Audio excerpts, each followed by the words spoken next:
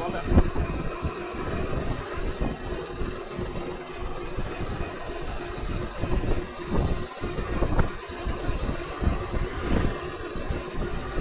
আনন্দপ্রিয় মানুষরা, আনন্দপ্রিয় ভাই বোনেরা, আমার যারা গান শুনেন, যারা গানকে ভালোবাসেন, তাদের উদ্দেশ্যে আমি এখন কিছু গান গাওয়ার উদ্দেশ্যে একটা জায়গায় যাচ্ছি।